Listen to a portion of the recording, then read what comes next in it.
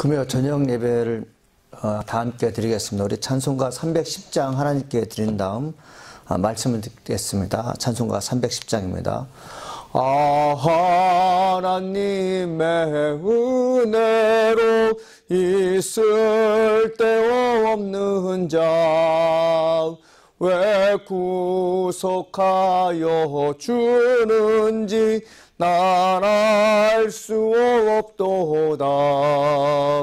내가 믿고 또 의지함은 내 모든 형편하시는 주님 늘 보호해 주실 것을 나는 확실히 아네. 왜 내게 굳센 믿음과 또 복음 주셔서 내 마음이 항상 편한지 난 알 수 없도다.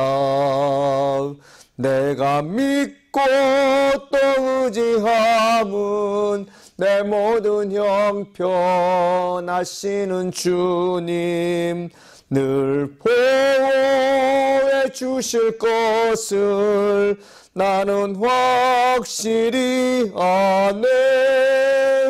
왜 내게 성령 주셔서 내 마음 감동해 주 예수 믿게 하는지 난 알 수 없도다. 내가 믿고 또 의지함은 내 모든 형편하시는 주님 늘 보호해 주실 것을 나는 확실히 아네. 주 언제 강림하실지 혹 밤에 혹 낮에 또 주님 만날 그곳도 난 알 수 없도다. 내가 믿고 또 의지함은 내 모든 형편하시는 주님 늘 보호해 주실 것을 나는 확실히 아네. 우리 찬송 한 장 더 하겠습니다. 찬송가 352장 찬양하시겠습니다. 찬송가 352장입니다. 십자가 군병들아 주 위에 일어나 기들고 앞서 나가 담대히 싸우라. 주께서 승전하고 영광을 얻도록 그 군대 거느리사 이기게 하시네. 십자가 군병들아 주 위에 일어나 그 나팔 소리 듣고 곧 나가 싸우라. 수 없는 원수 앞에 주 따라갈 때에 주 예수 힘을 주사 강하게 하시네. 십자가 군병들아 주 위에 일어나 내 힘이 부족하니 주 권능 믿으라. 복음의 갑주 입고 늘 기도하면서 너 맡은 자리에서 충성을 다하라. 십자가 군병들아 주 위에 일어나 이 날에 접전하고 곧게가 부르라. 승전한 군사들은 영생을 얻으며 영광의 주와 함께 왕 노릇하리라.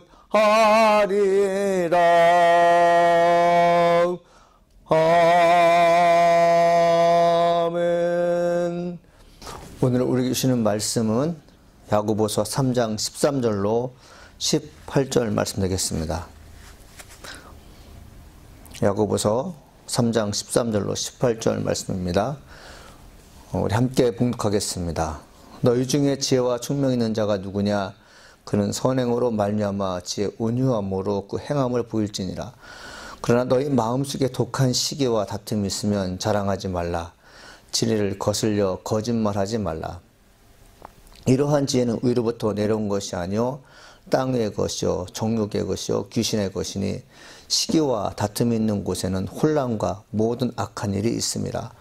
오직 위로부터 난 지혜는 첫째 성결하고 다음에 화평하고 관용하고 양순하며 긍휼과 선한 열매가 가득하고 편견과 거짓이 없나니 화평으로 하는 자들은 화평으로 심어 의의 열매를 거두니라. 아멘.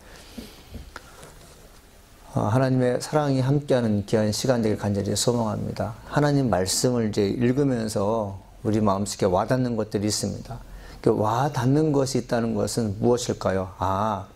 내가 이제서야 비로소 하나님 말씀을 깨닫는구나 하는 것이죠. 하나님 말씀을 들을 때마다 이해가 되고 깨닫게 되고 은혜가 되고 그리고 나도 한번 이렇게 살아보겠다라는 마음을 갖고 있다면 성령께서 반드시 그렇게 살 수 있도록 도와줄 줄 믿습니다. 이 마음에 이제 여러 가지 고민과 그리고 하야할 일이 많은 것 때문에 염려가 될 때가 있어요. 그 염려와 고민을 어떻게 해결해야 되는가에 대해서 또 한 번 고민하게 됩니다. 이 염려와 고민을 해결할 수 있는 길은 바로 어디서 찾아야 되냐면 하나님 말씀을 통해서 찾아야 될 줄 믿습니다. 오늘 말씀은 어떤 사람에게 주는 말씀인가 하면 지혜와 총명인 자들에게 주는 말씀입니다. 교회 내에서 하나님 말씀을 좀 아는 분들 그리고 세상적으로 봤을 때 지식이 있고 지혜가 있어서 사람을 가르칠 만한 능력 있는 사람들 인생 경험이 많아서 조언도 해주고 격려도 해주고 충고도 해줄 수 있는 능력 있는 자들을 향해서 하나님께서 말씀하신 것입니다. 그런데 말씀을 이렇게 읽어보면 어떤 일이 벌어지냐면 야고보서가 교회에 주는 말씀이 무엇이냐면 총명 있고 지혜로운 자들이 하나님의 의로운 일을 하지 못하는 것을 볼 수 있어요. 그러니까 맨 마지막에 보면 화평하게 하는 자들은 화평으로 심어 의의 열매를 거두니라. 이 말씀 한 이유가 뭘까요? 지혜가 있고 총명인 자들이 하나님의 성전이 있는데 평화로운 삶을 못 만들어내는 것이죠. 그러니까 마태복음의 5장에 화평케 하는 자는 복이 있다고 말씀하고 있었어요. 이 화평케 하는 사람들이 어떤 사람입니까? 자기를 희생해서 평화를 만드는 것입니다. 평화로운 곳에 내가 있기를 원하는 보통 사람과 달리 화평케 하는 자는 피스메이커로서 내가 평화로운 사람을 평화로운 사람과 더불어서 평화를 만드는 일을 하는 것이죠. 오늘 말씀을 듣고 있는 분들 중에 늘 하나님 말씀을 귀 기울이면서 교회에 대해서 큰 애착을 갖고 있는 분이 금요 예배에 들어오는 것으로 저는 믿고 있습니다. 여러분이 해야 할 일은 뭐냐면 평화를 만드는 사람입니다. 평화로운 곳에서 내 몸이 거하기를 원하는 사람과 좀 다르게 살 이유가 뭐냐? 우리는 평화를 만드는 사람이 돼야 돼요. 예수님처럼 하나님과의 우리와의 관계 또 이웃 간의 관계를 위해서 십자가 지셨던 것처럼 평화를 위해서라면 화평을 위해서라면 참고 견디는 삶을 살아야 하는 것이죠. 여러분 왜 우리 아버지들이 우리 어머니들이 위대할까요? 그분들은 평화를 위해서 많은 시간 참았기 때문에 그렇습니다. 그분들은 지금 참는 것이 미래에 어떤 결과가 있을지에 대해서 아셨던 것이죠. 그분들이야말로 지혜자가 되겠습니다. 우리가 다른 사람보다 나이가 더 많거나 더 많이 배웠다면 배운 만큼 참아야 되고 아는 것만큼 참는 것이 크리스찬의 미덕임을 우리는 명심해야 되겠습니다. 사도행전 3장 13절에 너희 중에 지혜와 총명 있는 자가 누구냐? 그는 선행으로 말미암아 지혜 온유함으로 그 행함을 보일지니라 되어 있습니다. 총명 있는 자가 누구냐? 지혜 있는 자가 누구냐? 그러면 착한 행실로 너가 지혜가 있다는 거, 총명함을 보이라 이렇게 말하고 있죠. 그러면서 전제가 무엇이냐면 지혜의 온유함으로 그 행함을 보이니라 되어 있습니다. 여러분 많이 아는 사람들, 똑똑한 사람들은 못 배우고 못 가진 사람을 향해서 막말을 하거나 그리고 거침없이 명령조로 얘기하는 걸 볼 수 있습니다. 그리고 일이 다 되어지면 마치 본인이 다 한 것처럼 여기는데 야고보 사도가 뭐라고 말씀하는가 하면 너희들이 하나님 일할 때 지혜 온유함을 하라. 지혜 온유함을 하라. 즉 무엇입니까? 착하게 사람들을 돌봐라. 웬만하면 너가 희생하면서 다른 사람을 도울 수 있는 방안을 선택해라. 가지고 있는 힘을 가지고 사람들을 제압하면서 선한 일을 한다고 자랑하지 말고 너가 가지고 있는 온유한 성품을 가지고 하나님 일하라. 여러분 지혜의 온유함이란 어떤 것일까요? 예수님께서 십자가에 못 박혀 들어가시는 그 상황을 말하는 것입니다. 이것은 어떤 뜻일까요? 하나님의 사람들은 어떤 삶을 살아야 되냐면 모든 상황 속에서요 꾹 참고 인내하면서 일이 되어지는 것을 봐야 됩니다. 화가 나는 대로 성질이 나는 대로 말을 하거나 행동을 하지 않고 조용 가운데 일을 할수록 되도록이면 참고 견디는 것이죠. 그러다 보면 좋은 일이 일어나는 것입니다. 그러면서 이제 그러나 너희 마음속에 독한 시기와 다툼이 있으면 자랑하지 말라. 진리를 거슬려 거짓말하지 말라 이렇게 되어 있습니다. 이 마음에 독한 그 시기와 다툼이 있으면 자랑하지 말라 되어 있잖아요. 이 야고보 사도의 이제 중요한 메시지가 뭐냐? 너희가 하나님의 사람임에도 불구하고 너 입에서 나오는 말이 악한 말이면 어떡하겠냐? 여러분 지난주에 저희가 야고보서 3장 6절에 그 말을 했잖아요. 혀는 곧 불이여 불의의 세계라. 혀는 우리 체 중에 온몸을 더럽히고 삶의 수레바퀴를 불사르니 그 사라는 것이 지옥불에서 나느니라 되어 있습니다. 우리의 혀가 삶의 수레바퀴를 태운다. 그러니까 우리가 말 한마디 했는데 사람이 병들고 우리가 말 한마디 했는데 사람이 치명적인 상처를 입었다. 마음의 상처를 입어서 더 이상 진전될 수도 없고 어떤 사람들은 죽음에 이르는 그런 말을 하게 돼서 고달프게 만들고 힘들게 만드는데 이것이 어디서부터 왔다고요? 지옥불에서 왔다. 또 오늘 마찬가지입니다. 지혜자가 있고 총명자가 있는데 그들의 입에서 누구를 시기하고 누구를 미워한다? 여러분 많이 배웠음에도 불구하고 누구를 시기해요. 내가 이만큼 배웠으면 남을 도와주는 데 최선을 다해야 되는데 내 눈에 들어오는 것이 무엇입니까? 나보다 재산이 많거나 나보다 똑똑한 사람을 향해서 존경하면서 찾아가서 배우려고 하지 않고 미움과 시기가 있다는 거죠. 하나님의 사람이라고 하는 사람들이 교회에 성전이 있는데 어떻게 지혜라는 그 사람들이 총명하다는 그 사람들이 악한 말을 할까요? 시기가 있을까요? 그러면서 이것이 뭐라고 말하냐면 진리를 거슬려 거짓말하지 말라 되어 있습니다. 예수 믿는다고 하는데 그리스도의 말씀이 진리잖아요. 진리를 통해서 우리가 세상을 보게 되고 진리를 통해서 예수 그리스도의 삶을 추구하게 되고 진리를 통해서 하나님 나라 간다고 늘 말하고 있는데 가만히 보니까 그런 사람들이 진리를 거슬리는 것입니다. 거슬린다는 것은 반대하는 거죠. 이 거슬린다는 것은 거칠게 반대하는 것입니다. 그냥 웬만히 반대하는 게 아니라 거칠게 방해하는 것이죠. 교회 내에서 가정 내에서 옳고 그름을 판단하는 기준이 하나님 말씀인데 하나님 말씀 가지고 사람을 정죄하거나 하나님 말씀 가지고 사람을 심판하는데 쓰이는데 이것이 옳지 않은 것입니다. 왜 하나님 말씀이 사람을 정죄한 데 쓸까요? 하나님 말씀은 사람을 사랑하며 그리고 내 자신에 비추어줘서 나는 누구인가를 먼저 판단하고 난 다음에 다른 사람을 볼 수 있어야 되는데 총명하고 지혜로운 자가 지금 하는 일이 무엇입니까? 하나님 말씀을 가지고 사람을 정죄하고 사람을 비방합니다. 인자가 온 것은 섬기려 하고 다른 사람을 위해서 제 목숨을 주기 위해서 오셨다는 예수님의 말씀은 무엇입니까? 참고 견디는 것이요. 예수님은 그 어떤 서기관과 바리새인보다도 하나님 말씀에 정통한 자였습니다. 왜 그렇습니까? 그분이 율법을 만드셨기 때문에 그래요. 율법을 만드신 그분께서 하시는 말씀이 무엇입니까? 법을 가지고 사람을 상처 주지 말고 사랑으로 모든 것을 극복하여라, 이 말씀을 주셨거든요. 그런데 아직까지 이 야고보 사도가 정하여서 말하고 있는 지혜자들은 그렇게 못하고 있습니다. 만일 우리가 진리를 거슬려서 거짓말하게 되고 내 마음속에 시기와 그 다음에 다툼이 있다면 어떤 사람입니까? 15절 이렇게 쓰여 있습니다. 이러한 지혜는 위로부터 내려온 것이 아니요 땅 위의 것이니 정욕의 것이요 귀신의 것이요 시기와 다툼이 있는 것에는 혼란과 모든 악한 일이 있음이라 되어 있습니다. 여러분, 우리가 예수 믿는 사람이라고 하는데 예수 믿는 사람이라는 것은 하나님의 것이잖아요. 하나님의 것인데 야고보 사도가 뭐라고 말합니까? 너희들은 귀신의 것이요라고 얘기하고 있어요.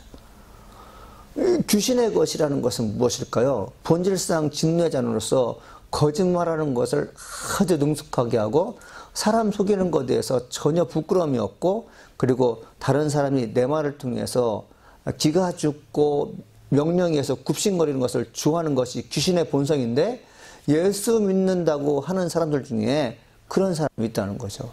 혹 내 주변에 귀신의 것인 사람이 되어서 다른 사람을 악하게 하고 힘들게 하는 사람이 있는지 한번 생각해 봐야 할 것입니다.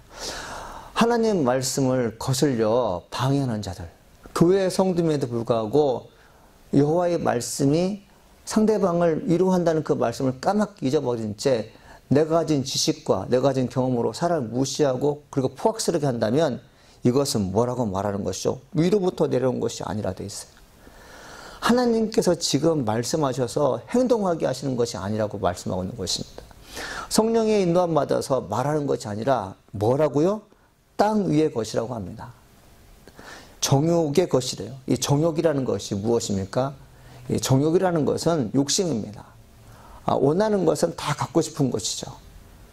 자기가 하고 싶은 일을 다 해야지만이 직성이 풀리는 것인데 그 정욕의 것, 거짓의 것, 그리고 귀신의 것이라고 하는 그 지혜가 마치 하나님의 것인 양 둔갑해서 사람들을 모질게 한다면 이는 진정한 하나님의 사람이라 할 수 없는 것입니다. 어떻습니까? 시기와 다툼이 있는 곳에 혼란이 있고 모든 악한 일이 있다는 것 여러분도 동의하지 않습니까? 우리 그 하늘로부터 내려온 지혜자는 내가 무엇을 가졌는지 상대방이 무엇을 가졌는지 크게 생각하지 않습니다. 간혹 가다가 하늘로부터 내려온 지혜를 가진 사람들은 내가 가진 것이 참 지혜하고 큰 것임에도 불구하고 그렇게 크게 느끼지 않아요. 반대로 하늘로부터 지혜가 아닌 땅의 지혜를 가져온 사람들은 하늘의 지혜를 가져온 사람들을 향해서 부러워합니다. 그러니까 부러워하는 이유가 뭘까요? 갖고 싶은데 못 갖는 것입니다. 하늘의 지혜는요, 하나님께서 원하는 자에게 주시는 거죠. 하나님께서 정말 사랑하는 자에게 주어지는 것이죠. 땅의 지혜를 갖고 있는 사람들, 땅의 지혜를 갖고 있어서 사람을 무시하고 업신여긴 그 사람에게는 결코 가질 수 없는 것입니다. 그런데 놀랍게도 하나님께서 주시는 지혜를 갖고서 선한 일을 해간 사람들은 자랑하지 않는다는 거죠. 반대로 땅의 지혜를 가지고 권력 그리고 능력을 갖고 있는 사람들은 뽐내고 과시한다는 거죠. 그러니까 뽐내고 과시하는 그 사람들과 그리고 하나님께 주신 것에 대해서 감사하며 그리고 그것을 선행으로 베푸는 사람들은 어떤 차이가 있을까요? 남들보다 하늘로부터 내려온 지혜는 무관한 것입니다. 능력이 훨씬 많아요. 자랑하지 않기 때문에 싸움이 일어나지 않습니다. 그런데 땅에서부터 얻은 지식과 권력과 능력을 가지고 서로 싸움을 하는 걸 보게 돼요. 왜 그럴까요? 땅의 것들은 사랑하는 것들이 아니에요. 땅의 것들은 남을 위해서 헌신하는 것이 없습니다. 하나님의 은혜로 사는 사람들이 사랑하는 것이죠. 땅의 것을 취하여서 욕망을 치웠던 사람들은 결단코 다른 사람을 이해하거나 다른 사람을 위해서 일하지 못합니다. 그러면서 하늘로부터 내려온 사람들의 삶이 어떤 것인가? 참 중요한 말씀이죠. 하늘로부터 내려온 사람들의 지혜자. 즉 하늘로부터 내려온 지혜를 받고 성령이 인도받고 사는 사람들이 어떤 행동을 하느냐? 17절에 나와 있는데 오직 위로부터 난 지혜는 첫째 성결하고 돼 있어요. 깨끗하다는 것입니다. 하나님의 백성들은 깨끗합니다. 거룩하죠. 우리의 몸을 하나님이 원하시는 거에 사용하게 됩니다. 하나님의 사람들은 나이가 많든 나이가 적든 순결한 사람이에요. 이 사람과 저 사람 사이에 섞여서 내 몸을 섞거나 피를 섞는 그런 더럽고 추한 일을 하지 않습니다. 지혜자임에도 불구하고 총명한 자임에도 불구하고 그리고 자타가 공의인 하나님의 지혜를 받은 사람이라 함에도 불구하고 여러 가지 악한 일에 내 영혼이 쓰임받게 되고 그것을 자랑삼아하는 사람이 있다면 이는 귀신의 것이죠. 그리고 예수 믿는 사람이라고 함에도 불구하고 본인이 아주 치졸하게 나쁜 짓 했음에도 불구하고 깨끗한 척하는 거 이것이 위선입니다. 하나님께서 원치 않는 것이죠. 두 번째는 뭐냐면 화평합니다. 리콘실레이션이라고 하죠. 사람들과 화평하게 지내요. 잘 지냅니다. 여러분 저는 이게 목회하면서 우리 교회 성도 몇 분이 제 눈에 들어올 때가 있어요. 웬만하면 참고 웬만하면 화평을 해서 애쓴다는 거죠. 세월을 이렇게 거슬려 올라가지 않습니까? 앞으로 올라가는 게 아니라 과거로 거슬려 봤을 때 나에게 참으로 은혜를 주었던 사람이 누구인가? 나에게 있어서 기억되는 사람이 누구인가? 라고 생각해 보면 화평한 사람들입니다. 그냥 그 사람 앞에 가면 그냥 마음이 녹아져요. 어떤 말을 해도 다 용서가 되고 너그럽게 용서해 주는 걸 볼 수 있죠. 제 후배 중에 한 명이 있는데 제가 한 달 전에 한국으로 전화를 걸었어요. 근데 그 친구가 저한테 하는 말이 뭐냐면 형 오면 제가 안경 하나 맞춰줄게요. 야 너도 아주 힘들게 살고 겨우겨우 사는데 나에게 무슨 안경을 맞춰주려고 그래. 형 나에게 한국에 있을 때 너무 잘해줬기 때문에 형에게 돈 쓰는 건 하나도 아깝지 않아요 라는 말을 하게 돼요. 여러분 이거 제 자랑하는 게 아니라 저에게도 그런 사람이 있어요. 제가 그분만 오게 되면 저는 그분을 위해서 모든 것을 다 해줄 수 있는 용의가 있어요. 여러분 화평이라는 것이 무엇이냐면 사실은 그 이전에 매우 갈등이 있었던 것입니다. 매우 어려운 일이 있었던 것이에요. 돈의 문제가 해결되지 않으면 불안하지 않습니까? 근데 돈의 문제가 해결되게 되면 평화로운 거죠. 제가 미국 유학 시절에 학비가 없어서 참 전전긍긍할 때가 있었습니다. 그런데 한국에 계신 모 스승께서 저에게 사비로 돈을 보내준 분이 있어요. 저는 한국에서 가게 되면 항상 그분들에게 돈을 쓰려고 마음먹고 있습니다. 언제든지 준비하고 있어요. 언제든지 나를 희생하서라도 그분을 잘 대접하고자 하는 마음이 있습니다. 왜 그랬을까요? 내가 불안에 떨고 있고 그리고 모든 염려 가운데 있을 때 그 염려를 해결해 줄 수 있는 매체를 주었기 때문에 돈도 주고 사랑도 줬고 그리고 힘을 주셨기 때문에 그에 대한 보답으로 준비하고 있는 것이죠. 그래서 예수 믿는 사람들이 하나님의 사람으로서 지혜가 있고 총명이 있다. 즉 하나님께서 나와 함께 하신다는 그런 삶을 보여주는 데 있어서 두 번째가 뭐라고요? 화평한 것입니다. 셋째는 관용한 것입니다. 이 관용이란 용서해 주는 거죠. 웬만하면 지나가는 것입니다. 여러분 남들로부터 꾸중을 들으면요, 좋지 않은 소리를 들으면요 막 못 견디는 사람이 있어요. 그 남들로부터 좋지 않은 소리를 듣고 꾸중 듣는 말을 듣게 되면 그것을 못 이겨서 화를 내면서요 다른 사람에게 또 화를 내는 사람이 있어요. 이런 사람을 성경에서 뭐라고 말씀하십니까? 정욕의 것이 귀신의 것이라고 되어 있어요. 하늘로부터 내려온 지혜와 총명을 가진 자가 아니라고 성경은 얘기하고 있습니다. 야, 이 참 무서운 말씀이잖아요. 하나님 있는 사람은 관용할 수 있어야 다. 웬만하면 용서가 되는 거죠. 나에게 심지어 예수님은 나에게 침을 뱉는 사람들 그리고 갈 때 나무를 꺾어서 희롱했던 그 사람들을 향해서 뭐라고 말씀하십니까? 주님 저들의 죄를 용서해 주옵소서. 저들이 하는 것이 무슨 일인지 모릅니다. 모르고 죄를 지은 자를 용서해 달라고 기도하지 않습니까? 이 관용한다는 게 사람의 성품을 좌우합니다. 너그러운 마음이 있다는 것이 얼마나 감사한지 여러분 아십니까? 집안에서 엄마, 아버지 둘 중에 한 명이 관용하는 사람, 너그러운 마음이 있어서 모든 것을 웬만하면 용서한다면 가정의 아이들은 건강하게 클 수 있습니다. 어느 단체도 마찬가지죠. 그 다음에 무엇입니까? 양순이라는 것이 뭘까요? 양순이라는 말이 상당히 어렵고 힘든다는데 양순이라는 말은 양순하다, 양순하다, 순하다, 순하다.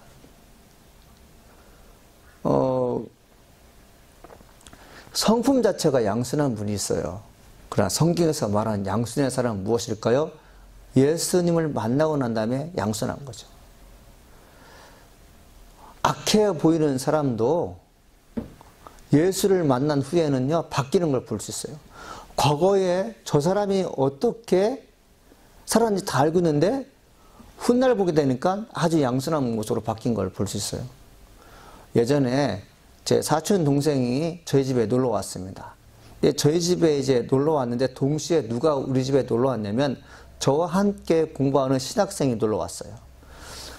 저는 몰랐는데 제 사촌 동생과 신학생이 서로 아는 사이였어요. 서로 깜짝 놀라는 거예요. 근데 더 이상 말을 하지 않죠.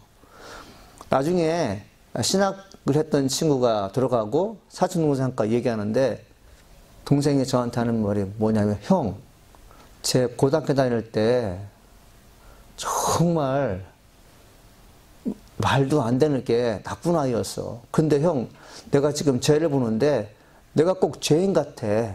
이런 얘기를 하는 거예요.